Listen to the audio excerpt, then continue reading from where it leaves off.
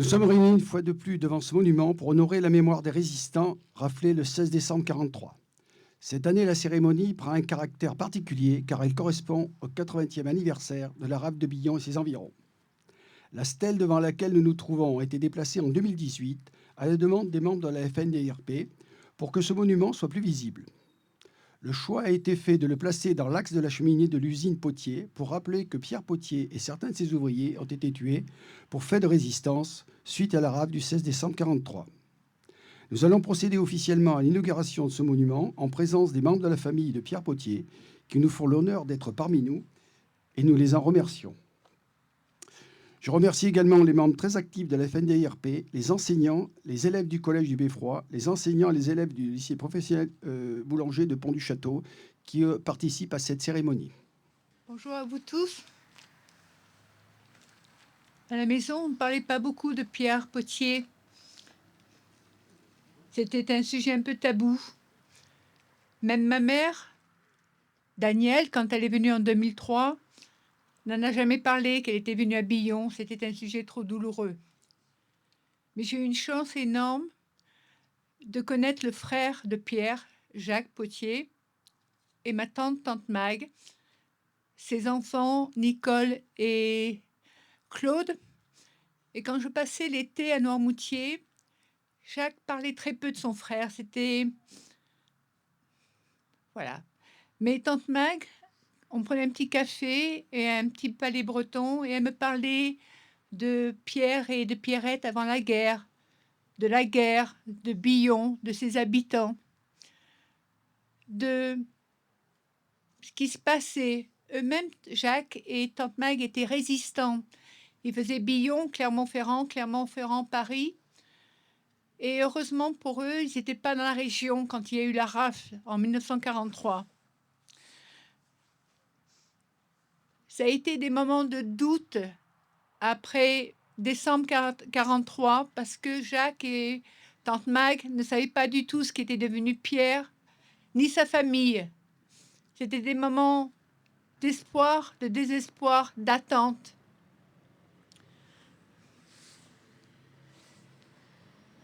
Ça fait plus de 15 ans que je suis porte-drapeau, 2 ans que je suis présidente du comité souvenir français. Je participe à de nombreuses commémorations, de cérémonies officielles, de devoirs de mémoire. Il ne faut jamais oublier ces hommes, ces femmes, ces adolescents et même parfois ces enfants qui ont donné la vie pour que nous soyons libres aujourd'hui.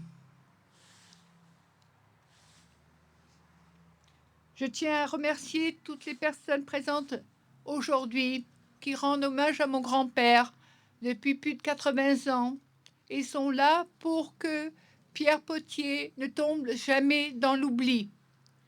Je tiens à remercier Monsieur René Champion de nous avoir invités, moi et mes cousines, afin que nous participions à cette cérémonie et rendons hommage à notre grand-père.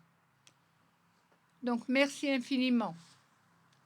Merci à tous. Et en complément et au nom de la famille Potier, nous tenions aussi à vous remercier pour votre invitation et pour la possibilité que vous nous donnez de dire ces quelques mots. Nous sommes aujourd'hui, donc 80 ans après la rafle, rassemblés grâce à vous pour rendre hommage aux hommes et aux femmes de Billon qui sont entrés en résistance, à leur courage de s'être dressés contre la tyrannie et la menace. Cette stèle est si importante car elle est la trace de cet événement, lieu de mémoire et de rassemblement pour nous et pour les générations futures. Pour ne pas oublier l'horreur de la guerre et du fascisme, de fait qu'ils aient été nos oncles, nos tantes, nos pères, nos mères, nos grands-parents ou nos arrière-grands-parents, ils nous ont laissé des visages, des héritages, des imaginaires, des valeurs fortes. Ils ont fait en sorte que nous puissions continuer aussi à vivre dans un pays libre et démocratique, et nous leur en sommes infiniment reconnaissants.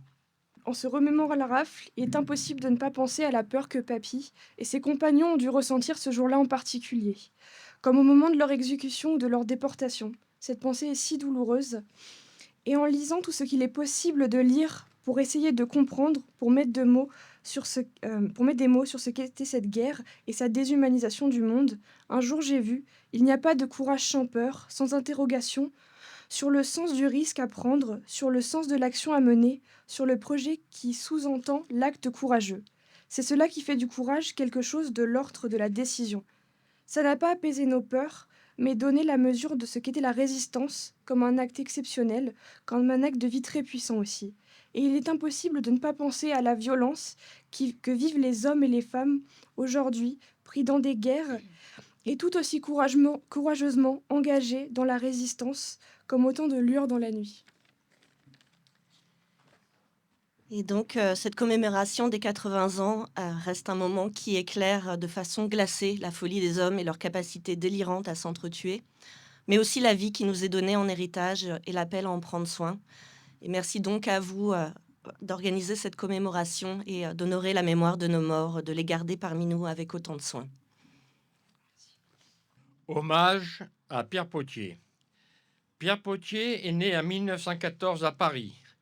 Le 21 décembre, industriel, il se replie vers 1940 de Paris-sur-Billon, où il crée une série importante. Son activité va de l'exploitation forestière à la fabrication de baraquements et de charpentes en passant par la menuiserie. Employant dans plus d'une centaine de salariés, Pierre Potier est un jeune chef d'entreprise. L'acierie est un lieu stratégique, d'abord pour l'emploi de nombreux réfugiés, notamment de l'Est de la France, alsaciens, lorrains et juifs, et même de jeunes qui ne voulaient pas partir en Allemagne pour la STO. Par ailleurs, l'atelier mécanique a permis, pour les besoins de la résistance, de mettre au point des voitures rapides et équipées de possibilités de dissimulation, notamment les changements de plaques numérologiques ou de caches servant au transport d'armes. Un jour, Pierre Potier reçoit la visite d'un jeune homme, celui-ci Adrien Pommier. Il est l'un des principaux responsables du maquis de la région de Billon. Adrien demande à Pierre son adhésion à un mouvement de résistance qu'il représente à Billon. Après discussion, Pierre est convaincu. Monsieur Pommier, je mets à la disposition de la France mon usine et tout ce que je possède, y compris ma vie. Pierre Potier s'engage alors sous le pseudo d'Athos, arrêté lors de la rafle du 7 décembre 1943 à son usine à Billon, détenu à la prison du 92 à Clermont-Ferrand, torturé au siège de la Gestapo au 2 bis avenue de Royat à Chameillère et fusillé le 20 décembre avec 19 résistants la veille de ses 29 ans. Il avait une jeune épouse et 3 enfants en bas âge, Daniel, Bernard et François. C'est un enfant de Billon qui vous parle. Une fabrication d'après-guerre, disent nos aînés. Nous sommes la première génération épargnée par la guerre, mais la dernière génération d'en avoir entendu parler. Le 9 décembre 1943, un train transportant des troupes allemandes doit quitter la gare de Clermont entre 22h30 et 23h. La décision des résistants est vite prise. Sur une cour près des Martres de Verre, le déraillement fut sanglant. Les représailles de l'occupant allaient point tarder. Le 11, un avion venu d'Olna survolait le secteur. Le 12, au petit matin, l'armada allemande est au bas de Saint-Maurice. Au château, c'est la fuite obligatoire sur le ravin par une discrète porte de jardin. Durant le siège, dans un hangar proche du château, une sacoche en cuir noir est trouvée par un officier autostag. Cette sacoche devait quitter impérativement Saint-Maurice dans la nuit du 11 au 12 décembre. Ursule Abrandt, Mathieu et Vernière analysèrent son contenu. La liste des dirigeants y figurait avec leur vrai nom et leur pseudonyme. Des emplacements des cantonnements des maquis. Il y avait mention des chefs de gare, des chefs de gendarmerie, cheminots, agents PTT et autres citoyens favorables à la résistance. Nombre d'hommes armés, de dépôts d'essence et d'armes. Les coupures à effectuer sur les routes et voies ferrées en cas de débarquement, plus une série de papiers en blanc provenant des administrations, l'intendance, police et préfecture. Le 16 décembre, Gessler déclenche une vaste opération sur Billon et toute sa région. Une terrible rafle s'ensuivit. La proie fut facile, un triage méthodique, un lourd bilan, plus de 200 arrestations, 167 prisonniers, 112 déportés, dont 25 ne reviendront pas, 22 fusillés, dont 15 au 92. Le 16 décembre 1943, un ouvrier a échappé à la rafle en se cachant dans le peu d'espace de la fosse sous la scie à ruban en apercevant les Allemands dans la cour. Par chance, il en avait retiré la sûre la veille. Il est resté toute la matinée replié sur lui-même avec la vue des bottes ennemies par les trous de la trappe. Alors que son patron, M. Pierre Potier, est pris dans la tourmente avec des jeunes fuyant le STO qu'il protégeait dans ses murs. Établissement Potier après la libération. Dans ces mêmes lieux, des gens du bois se sont regroupés sous le même nom. Le travail ne manquait pas. Le principal client était la ville du Havre après ces bombardements. En effet, d'imposantes menuiseries quittaient Billon pour traverser la France. J'ai connu plus tard des ouvriers de cette époque. Marcel Rège, Pierre Amadon, Toupilleur. Ils venaient du Mont d'Or. Brusque et volontaire, il y a laissé 2 doigts en 1948 quand je naissais.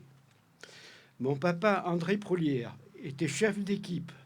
En ce temps-là, c'étaient les ouvriers les mieux payés du département. En fin de semaine, chacun avait le droit d'emporter son sac de bois. Anecdote. Un ouvrier peu scrupuleux aurait sorti son bois avec une brouette faite en atelier. À l'entrée, il y avait un grand panneau d'interdiction de fumer dans tout l'établissement. Exception faite pour M. Escalier. C'était le chef traceur.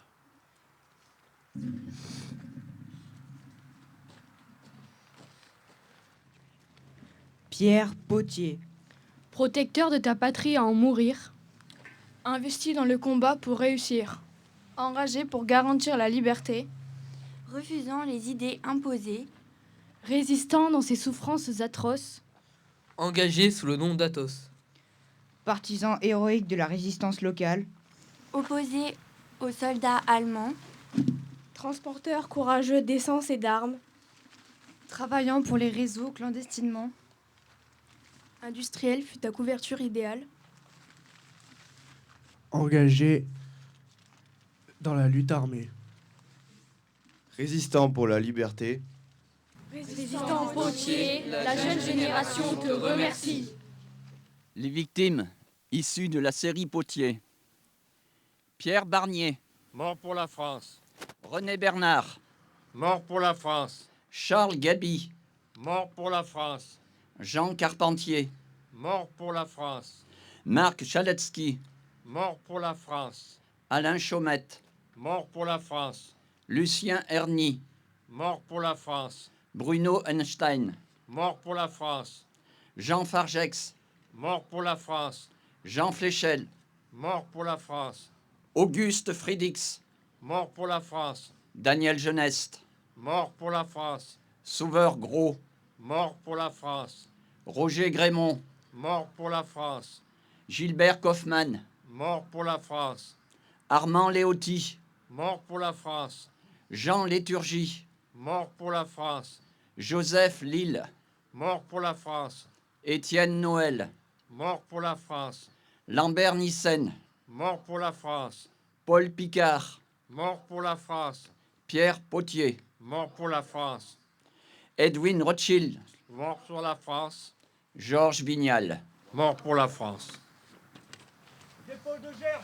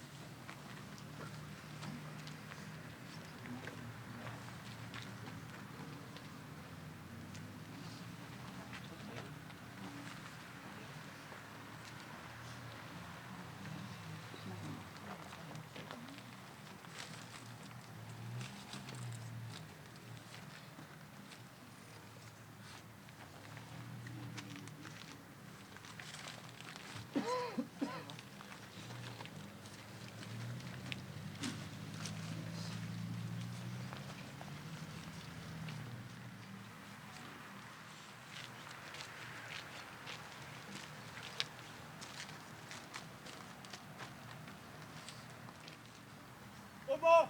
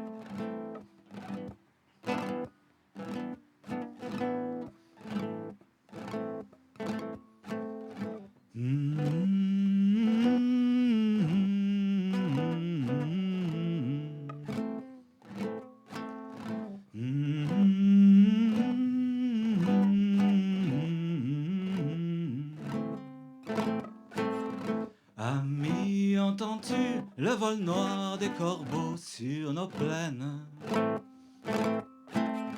Ami, entends-tu le cri sourd du pays qu'on enchaîne? Oh, et partisans, ouvriers et paysans, c'est l'alarme.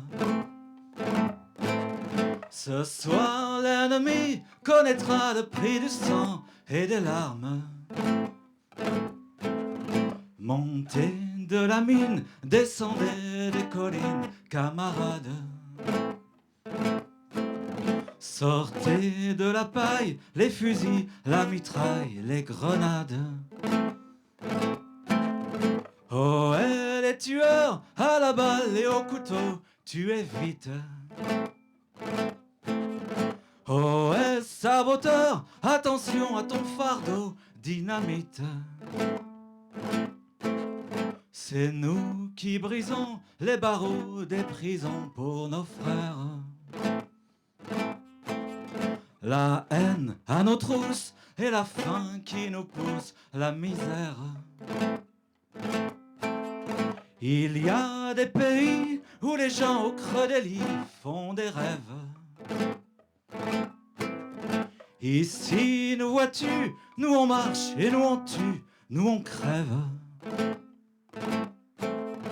Ici, chacun sait ce qu'il veut, ce qu'il fait quand il passe. Ami, si tu tombes, un ami sort de l'ombre à ta place. Demain, du sang noir séchera au grand soleil sur les routes.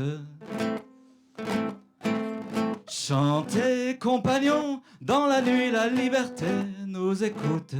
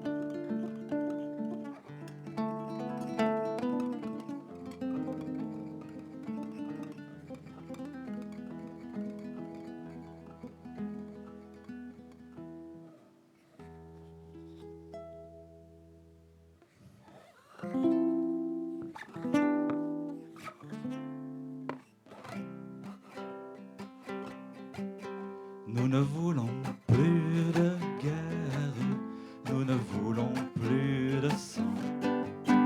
Halte aux armes nucléaires, halte à la course au néant, devant tous les peuples frères qui s'en porteront garant. Déclarons la paix sur terre unilatéralement. La force de la France, c'est l'esprit des Lumières, cette petite flamme au cœur du monde entier qui éclaire toujours les peuples en colère, en quête de justice et de la liberté. Nous ne voulons plus de guerre, nous ne voulons plus de sang. Halte aux armes nucléaires, halte à la course au néant, devant tous les peuples frères qui s'en porteront garant. Déclarons la paix sur terre unilatéralement. Parce qu'ils ont un jour atteint l'universel, dans ce qu'ils ont écrit, cherché, sculpté ou peint. La force de la France, c'est Cézanne et Ravel, c'est Voltaire et Pasteur, c'est Verlaine et Rodin. Nous ne voulons plus de guerre, nous ne voulons plus de sang. Halte aux armes nucléaires, halte à la course au néant, devant tous les peuples frères qui s'en porteront garant. Déclarons la paix sur terre unilatéralement. La force de la France, elle est dans ces poètes qui taillent l'avenir au mois de mai des mots. Couvrez leurs yeux de cendre, tranchez leur gorge ouverte, vous n'étoufferez pas le chant du renouveau. Nous ne voulons plus de guerre, nous ne voulons plus de sang. Halte aux armes nucléaires, halte à la course au néant, devant tous les peuples frères qui s'en porteront garant. Déclarons la paix sur terre unilatéralement. La force de la France, elle sera immense, défiante à jamais, et laisse passer le temps. Le jour où j'entendrai reprendre ma romance dans la réalité de la foule chantant. Nous ne voulons plus de guerre, nous ne voulons plus de sang. Halte aux armes nucléaires, halte à la course au néant, devant tous les peuples frères qui s'en porteront garant. Déclarons la paix sur terre unilatéralement. Déclarons la paix sur terre unilatéralement.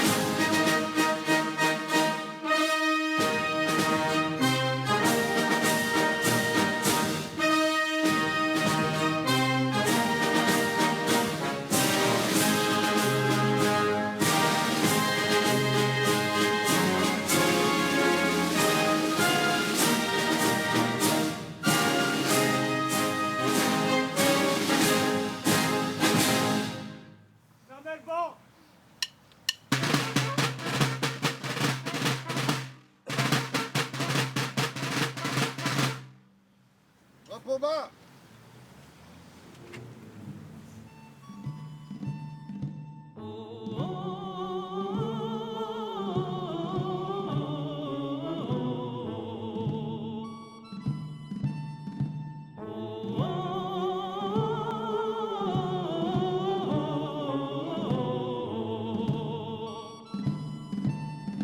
Ami, entends-tu le vol noir des corbeaux sur nos plaines?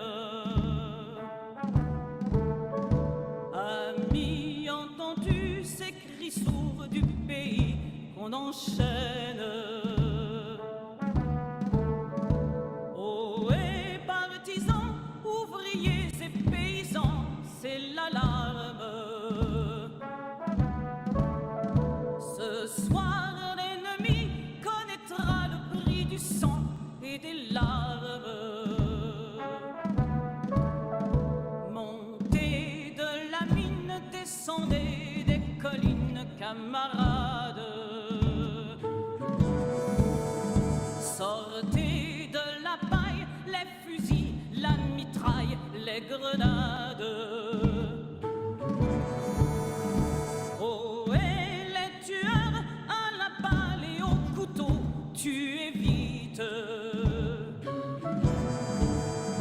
Oh, et saboteur, attention à ton fardeau, dynamite. C'est nous qui brisons les barreaux des prisons pour nos frères.